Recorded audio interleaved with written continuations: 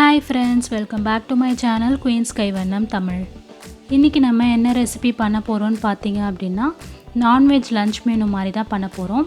White rice, எறா வந்து தொக்கு மாதிரி பண்ணிட்டு fish fry பண்ணிட்டு omelette பண்ணலாம் அப்படினு சொல்லிட்டு இருக்கேன். இப்போ வாங்க எப்படி பண்றதுன்னு பார்க்கலாம்.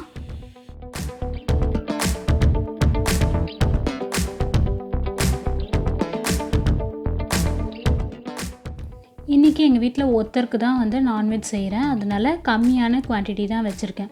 எறா வந்து ஒரு 1/4 கிலோ அளவு தான் வச்சுருக்கேன். அதே மாதிரி பார்த்திங்கன்னா ஃபிஷ்ஷும் வந்து ஒரு ஃபிஷ் அளவு தான் வச்சுருக்கேன். இது வந்து சங்கரா ஃபிஷ் வச்சுருக்கேன்.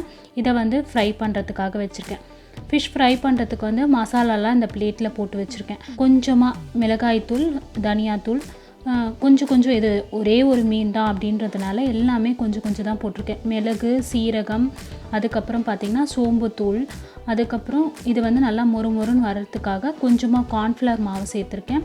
லெமன் ஜூஸு, அதுக்கப்புறம் மஞ்சத்தூள், உப்பு இதெல்லாம் போட்டு வச்சுருக்கேன். இதில் கொஞ்சமாக வந்து நம்ம இஞ்சி பூண்டு தட்டினது சேர்த்துக்கலாம், கருவேப்பிலை பிச்சு போட்டுக்கலாம். இதெல்லாம் சேர்த்துட்டு கொஞ்சமாக எண்ணெய், தண்ணி ஊற்றி நல்லா அந்த மசாலாவை பேஸ்ட்டு மாதிரி நல்லா ஒரு திக்கான பேஸ்ட் மாதிரி மிக்ஸ் பண்ணி வச்சுட்டு அந்த மீனில் தடவி வச்சிடலாம். நம்ம அது வந்து ஊறட்டும்.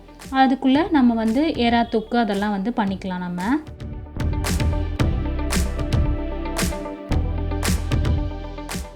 எறா தொக்குக்கு ஒரு பெரிய துண்டு அளவு இஞ்சி, ஒரு 5-6 பல்லளவு பூண்டை இதை வந்து தட்டி எடுத்து வச்சுக்கலாம். நம்ம எறா தொக்கு செய்யறதுக்கு வெங்காயம் தக்காளி இல்லாமல் கட் பண்ணி வச்சுருக்கேன். ஒரு மீடியம் சைஸ் வெங்காயமாக 3 வெங்காயம், மீடியம் சைஸ் தக்காளியாக 2 தக்காளி, கொஞ்சமாக கருவேப்பிலை, 2 பச்சை மிளகாய் இதெல்லாம் கட் பண்ணி வச்சுருக்கேன். இப்போ சாப்பாடு செய்ய ஆரம்பிச்சிடலாம். ஒரு பக்கம் அரிசி கழுவி வச்சுருக்கேன், சாப்பாடு வேகட்டும். இன்னொரு பக்கம் நம்ம எறா தொக்கு செஞ்சுக்கலாம். ஒரு கடாய் வச்சுட்டு அதில் ஒரு குழிக்கரண்டி அளவு எண்ணெய் ஊற்றி வச்சுருக்கேன். எண்ணெய் நல்லா சூடான உடனே அதில் கொஞ்சமாக கடுகு சேர்த்துக்கலாம். கடுகு நல்லா பொரிஞ்ச உடனே நம்ம ஃபைனாக சாப் பண்ணி வச்சுருக்க வெங்காயத்தை சேர்த்து இந்த வெங்காயம் வதங்கிறதுக்காக கொஞ்சமாக உப்பு சேர்த்து இந்த வெங்காயத்தை நல்லா வதக்கிக்கலாம்.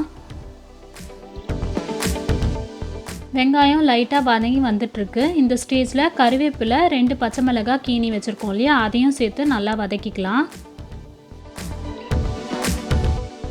வெங்காயம் ஒரு பிங்க் கலரில் நல்லா வதங்கி வந்துட்டுருக்கு இல்லையா, இந்த ஸ்டேஜில் நம்ம தட்டி வச்சுருக்கோம் இல்லையா இஞ்சி பூண்டு, அதை சேர்த்து அதோட பச்சை வாசனை போகிற அளவுக்கு நல்லா வதக்கிக்கலாம்.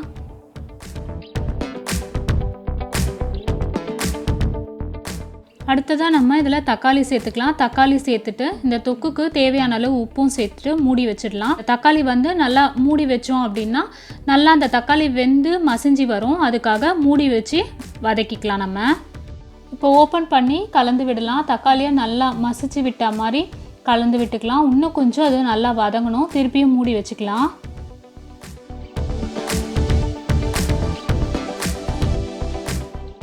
தக்காளி நல்லா வதங்கி வந்துருச்சு. இதுக்கு தேவையான மசாலா சேர்த்துக்கலாம். ஒரு 1/4 டீஸ்பூன் அளவு மஞ்சத்தூள், நம்ம காரத்துக்கு ஏற்ற மாதிரி மிளகாய்த்தூள், தனியாத்தூள் சேர்த்துக்கலாம். நான் இன்றைக்கி 1 டீஸ்பூன் அளவு மிளகாய்த்தூள், 1 டீஸ்பூன் அளவு தனியாத்தூள் சேர்த்துக்கிறேன். இதெல்லாம் சேர்த்து நல்லா வதக்கி இந்த மசாலாவோட பச்சை வாசனை போகணும். அதனால் நல்லா கேஸை லோ ஃப்ளேமில் வச்சுட்டு மூடி வச்சிடலாம்.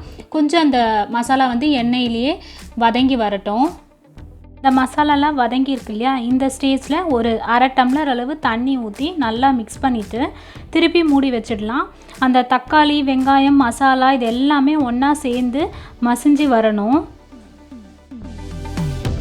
அந்த மசாலா எண்ணெய் பிரிஞ்சு வதங்கி வந்திருக்கு பார்த்திங்களா. இந்த ஸ்டேஜில் நம்ம க்ளீன் பண்ணி வச்சுருக்க எறாவை சேர்த்து நல்லா வதக்கிட்டு கொஞ்சமாக தண்ணி ஊற்றி மூடி வச்சிடலாம். மீடியம் ஃப்ளேமில் வச்சுட்டு மூடி வச்சிடலாம். அந்த எறா வந்து நல்லா வெந்து வரணும்.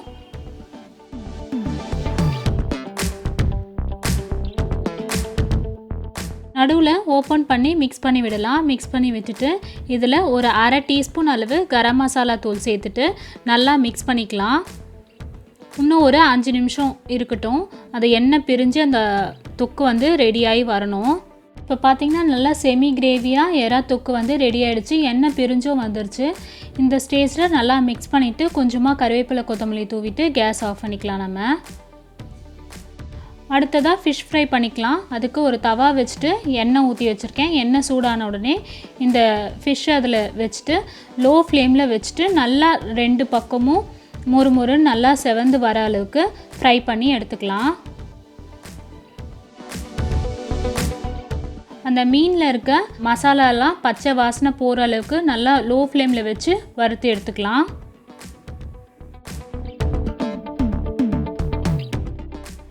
இப்போ பார்த்தீங்கன்னா ஒரு லஞ்ச் மெனு வந்து ரெடி ஆகிடுச்சு.